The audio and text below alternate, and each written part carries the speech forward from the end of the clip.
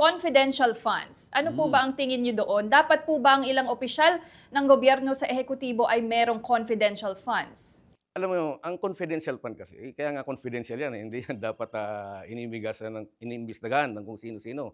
Supposed to be commission on audit kasi yan ang nakalagay sa ating konstitusyon na sila ang dapat, mag-imbestiga niyan. Para sa akin, para maiwasan yung ganitong mga kaguluhan tungkol sa confidential funds, intelligence fund, para sa akin, kailangan ng legislation ng, confidential intelligence fund. Bakit?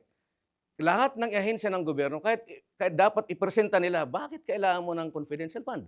Bakit kailangan mo ng, intelligence fund? Kailangan i-justify nila 'yon at magkano ba ang kailangan niyo, saan niyo gagamitin para maging batas. Ang mali kasi natin ngayon, inilalagay natin 'yan sa General Appropriations Act. Nakasingit doon. Walang specific purpose na paggagamitan. So, although meron tayong mga patakaran sa Commission Audit kung paano lang ang paggagamitan ng confidential fund at intelligence fund, nakasaad po 'yan. Pero mas maganda, dapat legislation. Para makita ng mga taong bayan, sino yung mga nanghihingi ng confidential fund, ng intelligence fund.